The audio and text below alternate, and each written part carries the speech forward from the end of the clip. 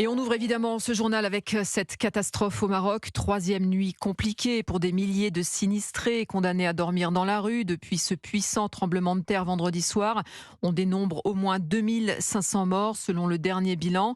Bonjour Inès Zegloul. Bonjour Céline, bonjour à tous. Vous êtes l'envoyé spécial d'Europe 1 au Maroc. Les recherches continuent sans relâche pour trouver des traces de vie. Vous avez beaucoup circulé depuis 3 jours. Alors est-ce qu'avec l'arrivée des secours et l'aide internationale, la situation vous semble mieux maîtrisée aujourd'hui ?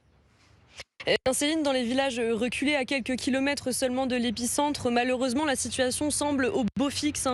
Sur la route de l'Atlas par exemple, j'ai vu des familles certes redescendre, se réfugier dans la vallée avec sur le toit de leur véhicule les quelques affaires qu'ils ont pu sortir des décombres.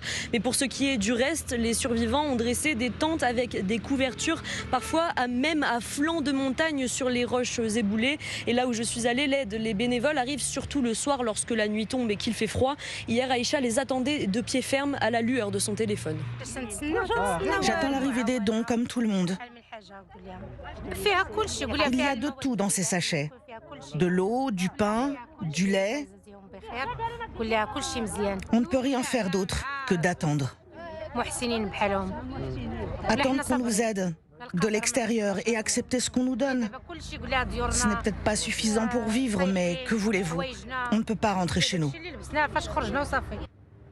Et ils sont vraiment peu nombreux à m'avoir évoqué l'aide internationale qui semble pour l'instant mettre du temps à arriver. Seuls les proches des familles endeuillées venues de l'extérieur, des bénévoles de Marrakech ou même de Casablanca tentent de se frayer un chemin tant bien que mal sur la route escarpée de l'Atlas.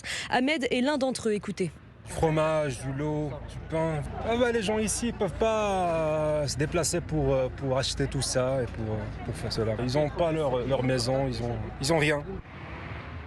Et pour la plupart, ils ne peuvent pas non plus se déplacer, pas de moyens de transport pour certains. D'autres m'ont confié vouloir rester proches de là où ils ont enterré leurs morts, leur famille. Ils se ravitaillent en eau grâce aux camions citernes qui circulent, mais certains blessés pensent encore leurs plaies avec des draps par exemple, par manque de soins et de médicaments. Inès Zegloul pour Europe 1, envoyée spéciale au Maroc.